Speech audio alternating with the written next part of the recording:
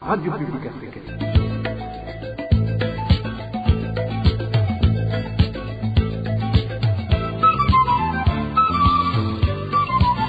Radio Publique Africaine.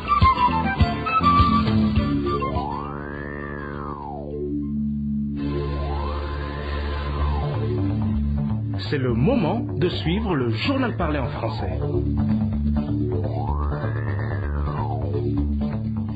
C'est un plaisir de vous retrouver, fidèles auditeurs de la RPA, sur rendez-vous d'actualité de ce lundi 24 mai 2021, dont voici le sommaire.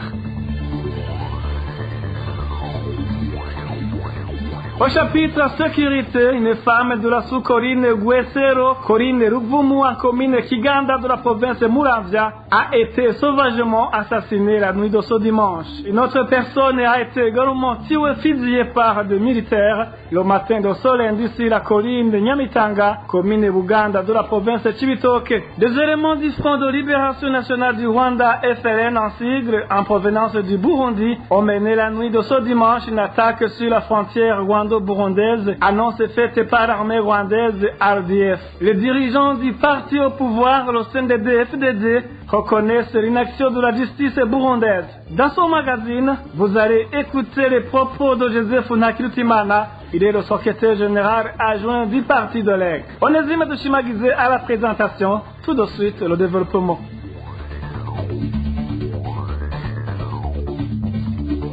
Je vous le disais en titre, une femme d'Inodonyonguru innocente de la sous-Corinne Guesero, Corinne Ruvumu, en commune Kiganda de la province Muramvya, a été sauvagement assassinée. Notre source dans cette localité affirme que cette femme a été assassinée la nuit de ce dimanche vers 21h. Le corps de la victime était à seulement 10 mètres de son domicile. Les habitants de la place qui ont vu ce corps sans vie disent que la victime aurait été tuée à l'aide d'un marteau car non seulement son matériel de construction se trouvait à côté du cadavre, même les marques sur son front le prouvaient. 6 personnes ont été appréhendées pour des raisons d'enquête. Le cadavre a été évacué vers l'hôpital de Kiganda. Toujours au chapitre sécurité, une personne a été tuée, fusillée par des militaires le matin de ce lundi sur la colline Nyamitanga, commune Buganda de la province Cibitoke. Le corps de la victime n'a pas été identifié et les habitants de Cibitoke disent que la victime était venu de la République démocratique du Congo vers le Burundi, tandis que d'autres disent qu'ils se rendaient plutôt en RDC pour vendre des petits poissons. Les administratifs et la police disent qu'ils ont déjà amorcé des enquêtes. Je vous le disais en titre, l'armée rwandaise RDF a sorti ce lundi un communiqué de presse où il annonce que des éléments du FLN en provenance du Burundi ont mené une attaque sur la frontière rwando-burundaise. 2 assaillants ont été tués et les autres se sont repliés vers le Burundi. Les informations détenues par la RPA indiquent que des préparatifs de certains mouvements rebelles qui ont eu lieu au Burundi avec pour objectif de déstabiliser le Rwanda ont précédé cette attaque. Plus de détails avec Mabre Nishimwe. Comme annoncé dans le communiqué de l'armée rwandaise RDF, ces assaillants du mouvement FLN ont traversé la rivière Roi qui sépare le Burundi du Rwanda entre 21h15 et 21h35. Ce communiqué indique également que ces éléments du FLN sont venus de la localité de Giturashamba, c'est en commune Mwayi de la province de Cibitoke. Ils sont par la suite entrés à environ 100 mètres à l'intérieur du territoire rwandais, plus précisément dans la localité de Bweyeye, c'est l'île de Nyamuzi, village de Gwamisave.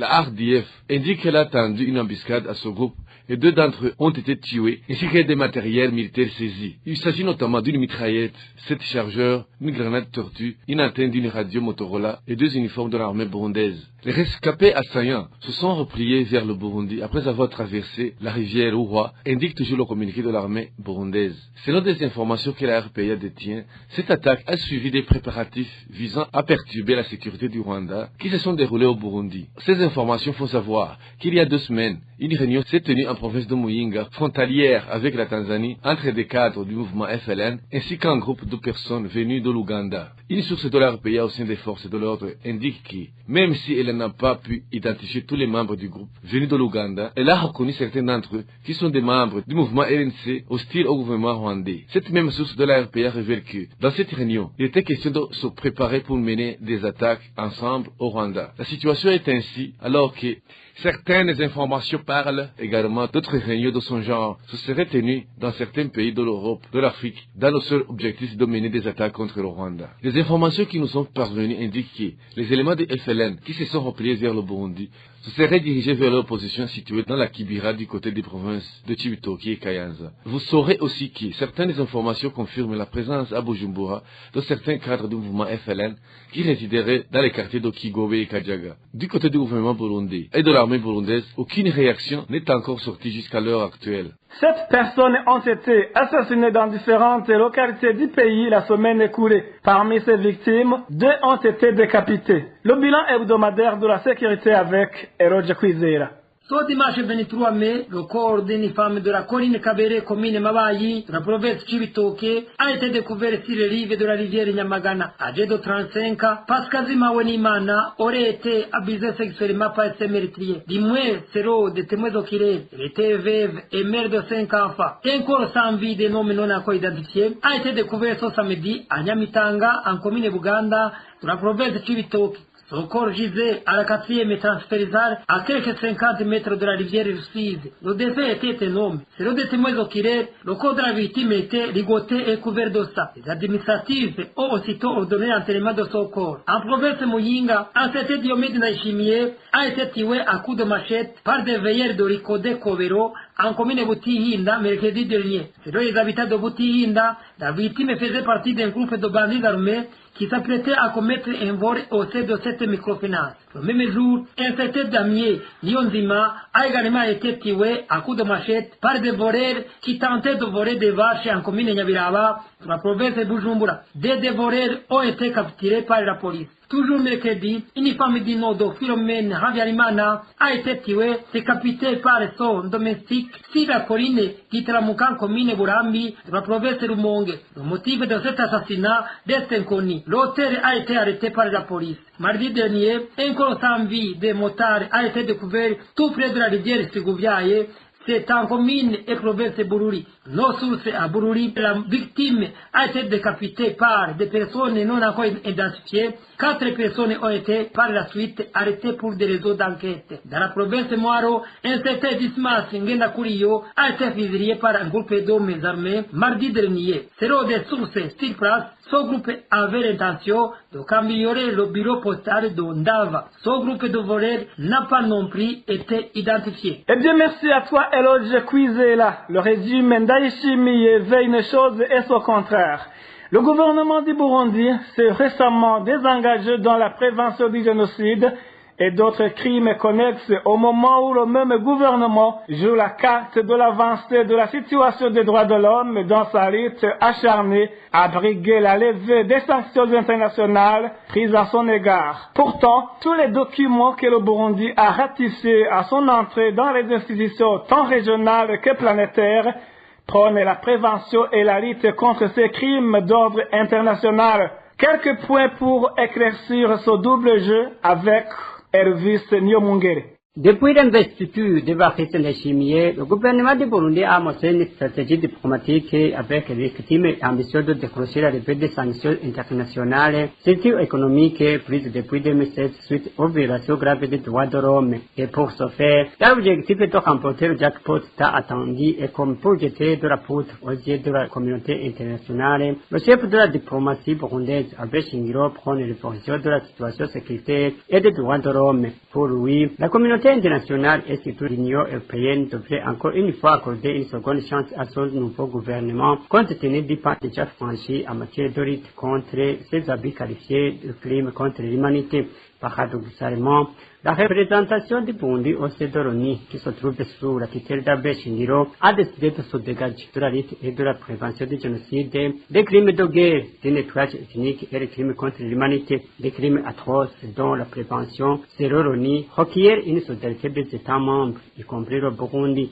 En effet, à l'issue de la 75e session de l'Assemblée générale de l'ONU, qui s'est tenue le 17 au 18 mai de cette année, le Burundi ainsi que 14 autres pays ont voté contre la résolution sur la responsabilité de protéger et de prévenir le génocide, le nettoyage ethnique, les crimes de guerre et ceux contre l'humanité. L'adoption de la dite résolution impliquait donc l'inclusion de ces crimes dans l'agenda annuel de l'ONU ainsi que l'obligation du secrétaire général à présenter un rapport annuel devant l'Assemblée générale. Pourtant, les différents textes ratifiés par le Burundi engagent également les États à lutter contre le génocide et les crimes similaires. Ici, nous citerons entre autres la Charte des Nations Unies ratifiée par le Burundi le 18 septembre 1962, la Charte de l'Organisation de l'Unité africaine ratifiée le 25 mai 1963, le Pacte sur la sécurité, la stabilité et le développement dans la région des Grands Lacs de décembre 2006, ainsi que le traité pour l'établissement de la communauté est-africaine auquel le Burundi a adhéré en juillet 2007. À voir donc le discours de haine, l'exclusion et la discrimination qui caractérisent le régime CNDD-FDD, des faits qui, selon le secrétaire général des Nations Unies, constituent les principaux facteurs susceptibles d'accélérer ces crimes atroces. Plus tant en depuis qu'avec son retrait, le gouvernement d'Indéchimier sera coupable des crimes atroces dont sont accusées différentes hautes autorités, les agents des corps de défense et de sécurité et la milice Imbonerakure. Parmi ces exactions rapportées par différentes institutions internationales figurent l'exclusion politique, les violations graves contre les personnes humaines, les assassinats systématiques, les exécutions extrajudiciaires, la torture, les violences sexuelles et la diffusion de discours de haine pour ne citer que cela. Eh bien, merci à toi aussi, Elvis Nio Mungere. Une courte pause. Nous continuons avec la page politique.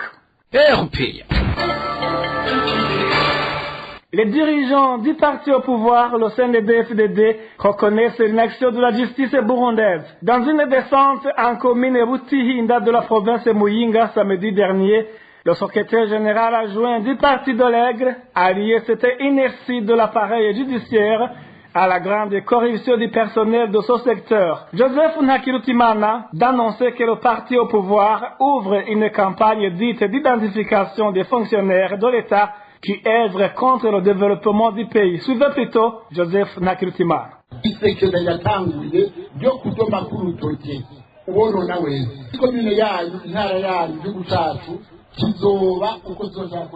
La campagne consiste à pointer le doigt sur tous ceux qui abusent de leur poste et perturbent le travail. Votre commune, votre province et notre pays seront comme nous voulons qu'elles soient. Nous, les Bakumiabanga, qui aimons notre parti et notre pays, dans le secteur de l'éducation, n'ayez pas peur de dénoncer ceux qui ne font pas correctement leur travail. Les professeurs qui se présentent au travail en retard, ceux qui viennent au travail étant ivres, et surtout dénoncer les enseignants qui abusent sexuellement leurs élèves. Nous avons aussi un sérieux problème dans le secteur de la justice. Dans la plupart des tribunaux, justice n'est plus rendue. Ils sont très corrompus. Les jugements ne sont pas rendus conformément à la loi à cause de ces corruptions. Les informations qui nous parviennent le confirment. Nous vous demandons, vous les Bakumiabanga de Muyinga et de tout le pays, d'être notre œil, de nous montrer tous ces juges qui ne font pas leur travail comme il le faut, surtout ceux qui vont jusqu'à demander à un pauvre de vendre son cher pour que l'affaire soit tranchée en sa faveur. Ce temps est révolu. Il faut que vous nous aidiez à identifier ces juges ainsi que leur procès injustement rendu.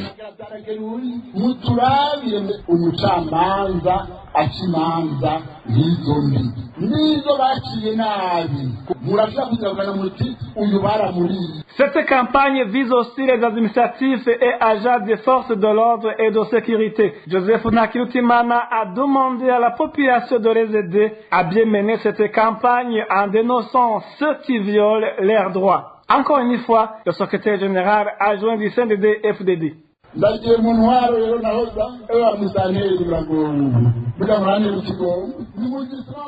Parlons gouvernance pour le moment. Vous les administrateurs, vous êtes aussi concernés. J'ai même pitié pour vous. Sachez que vous ne gouvernez pas comme vos prédécesseurs. Actuellement, vous êtes surveillés. Quel accueil réservez-vous à vos gouvernés quand ils viennent dans vos bureaux? Est-ce que vous leur rendez service comme il se doit? Si vous ne rendez pas service à la population comme il faut nous donner des rapports. Vous avez vu, les percepteurs de taxes dans tous les pays ont été ridiculisés. Dans une commune où ils collectaient 100 000 francs burundais, de nouveaux groupes, eux, collectaient des millions. Où allaient chaque année ces 900 000 de différence? Les policiers et les agents du service de renseignement qui se croyaient intouchables, désillusionnez-vous. Si vous voyez quelqu'un qui se comporte mal, prenez un téléphone et appelez-nous. Dites-nous ce qui ne va pas. ukabona ariko aronona mu bwitonzi agatelefoni kamudushyikira mu kibuga buri muntu sibyo. Cette campagne du partisan DFDD va se faire dans tous les domaines de la vie du pays et dans toutes les provinces. Le ministre de l'Intérieur, Gervais Ndirakobucha, c'était parmi les autorités du pays qui contrôlent le secteur minier. En province de Ruyigi, toutes les associations qui exploitent de l'or lui versent obligatoirement et régulièrement de l'argent. Condition sine qua non pour pouvoir travailler. Plus de détails avec Eric Nyonzima. L'or est exploité dans 3 communes de la province de Ruyigi, Nyabisinda, Kinyinya et Bweru. Les orpaillers de cette localité dénoncent qu'actuellement, aucune association ne peut travailler tranquillement sans avoir intéressé le ministre de l'Intérieur, de la Sécurité et du Développement communautaire. Cette association exploite de l'or dans ces communes et chacune a un montant bien connu à donner au ministre Ndirakobucha Gervais. Aucune association ne peut travailler ici sans associer le ministre Gervais Ndirakobucha.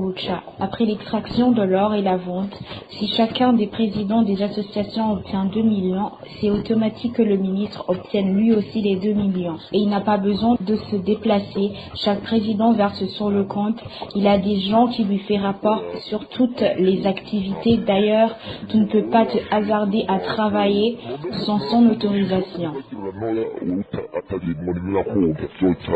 Les sources de la RPA précisent que certains investisseurs ont été menacés, d'autres emprisonnés. Et comme conséquence, le travail diminue dans son secteur et les orpailleurs peinent à faire vivre leurs familles. Nous avons des problèmes car avant on parvenait à faire vivre nos familles vu qu'il y avait beaucoup d'investissements, ce qui nous permettait de travailler. Maintenant, nous avons des difficultés à répondre aux besoins de nos familles car certaines associations ont par peur abandonné leur activité.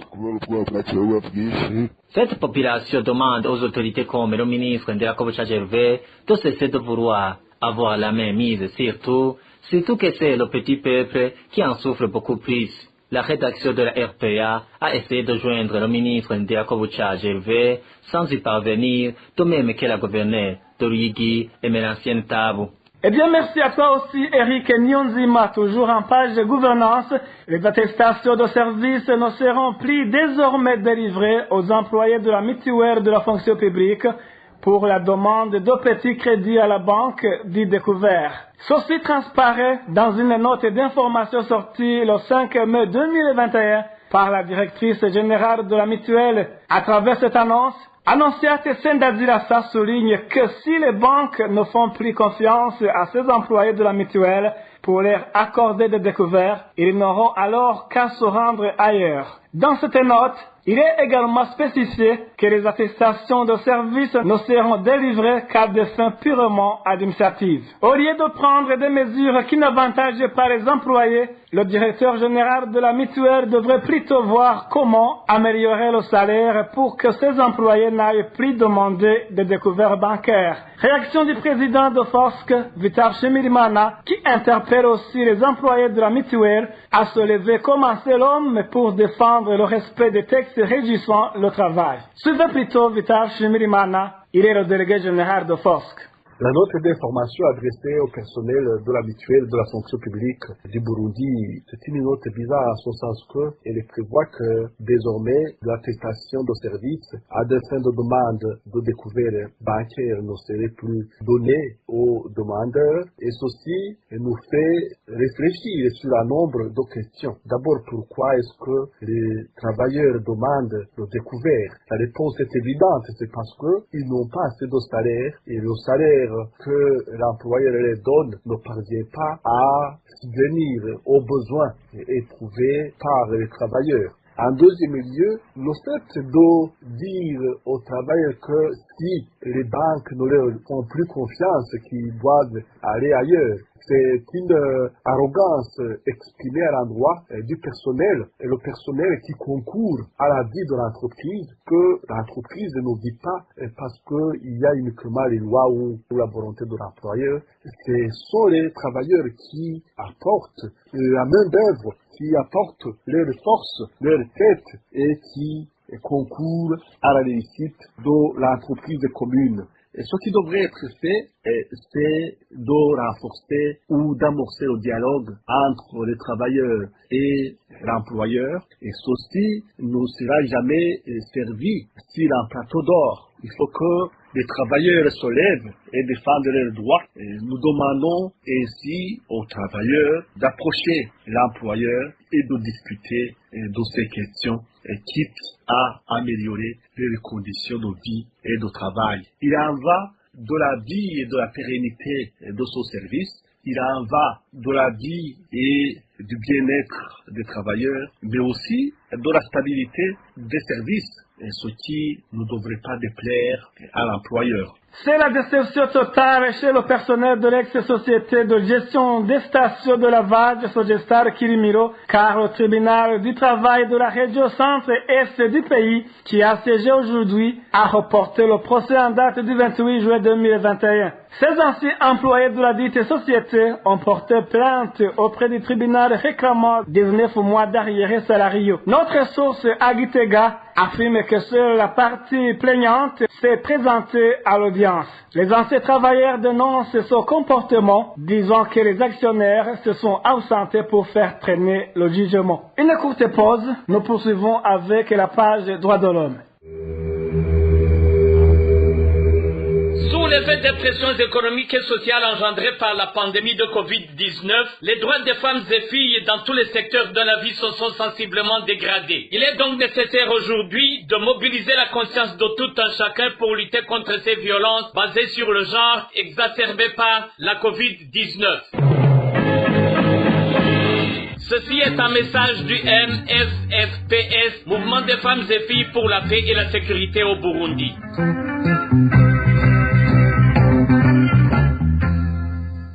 Les femmes défenseurs des droits humains en exil au Rwanda sont appelées à surmonter leurs problèmes et à agir de plus pour la promotion et la protection des droits humains en général et ceux de la femme en particulier. Propos d'Immaculée Hunja, présidente du mouvement des filles et femmes pour la paix et la sécurité au Burundi, MFFPS. C'était au cours d'un atelier organisé par ce mouvement pour rappeler à ces femmes qu'elles ont un rôle très important, à savoir celui de rappeler au gouvernement et aux organisations qu'ils doivent impérativement respecter les droits humains, même en cette période de pandémie de Covid-19.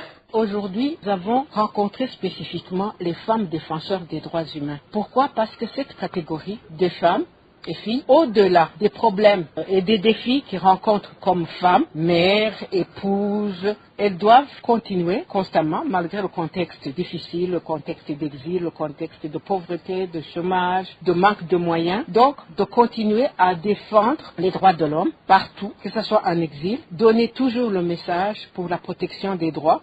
Donc nous avons constaté que dans ce contexte de Covid, il y a eu beaucoup de violations des droits humains par suite des mesures qui sont prises par les États de confinement, de limitation de liberté d'expression, de mouvement. Donc, toute cette situation a fait qu'il y ait augmentation des violations des droits de l'homme, et plus particulièrement des femmes et filles. Et nous l'avons vu, nous les avons vus, les médias le disent, les différentes organisations l'ont révélé. Donc, partout, que ce soit dans le monde, mais spécifiquement dans des contextes des réfugiés, des déplacés, de conflits, ces violations ont augmenté. Donc, au-delà de l'impact sur les familles des défenseurs et sur les défenseurs elles-mêmes, elles sont appelées à agir et rester la voix des sans-voix et aussi crier, alerter les États sur leur responsabilité de protéger, de promouvoir les droits. Donc, c'est ça le message. Mais cette fois-ci, en nous focalisant sur le rôle. Leur rôle est clairement défini. Les femmes défenseurs qui sont des journalistes, des avocats, des activistes populaires, etc., sont appelés à rester attentifs à ces violations et porter haut la voix en interpellant la responsabilité des États de protéger. Mais aussi échanger spécifiquement que ces femmes, dans leurs organisations, ont un rôle d'influencer les politiques, les programmes de leurs organisations. Parce que avant le Covid, il y avait certes des problèmes au niveau de la défense des droits, mais avec le Covid, il y a eu des répercussions. Parlons réfugiés à présent. Les Burundais du camp de réfugiés de Rusenda en République démocratique du Congo sont préoccupés par le comportement irresponsable de certaines filles et femmes talonnées par la misère. Elles disent se prostituer pour subvenir à leurs besoins. Malheureusement, elles courent le risque d'attraper des infections sexuellement transmissibles car certains de leurs partenaires profitent de l'utilisation des préservatifs. Le retard de la distribution de la nourriture serait à l'origine de ce comportement inhabituel dans ce camp. L'un des réfugiés qui s'est entretenu avec la RPA témoigne. Après avoir passé un temps considérable sans bénéficier de l'aide alimentaire, certaines d'entre elles préfèrent aller sur les plages pour faire la prostitution au sein des pêcheurs qui leur offrent en contrepartie des petits poissons et vont également se prostituer chez les Congolais, tout près desquels nous habitons. Il y en a d'autres qui ont même décidé de se rendre dans des hôtels à Balaka ou à Massissi. Certaines personnes viennent encore les prendre pour les embaucher comme femmes de ménage et elles acceptent à cause de la pauvreté. Eh bien, chers auditeurs, auditrices de la RPA, c'est parti que prend fait son magazine d'information de ce lundi 24 mai 2021. Merci de nous avoir prêté oreille attentive. Onésime Douchimaguizé, je vous souhaite de passer une excellente soirée chez vous. Au revoir.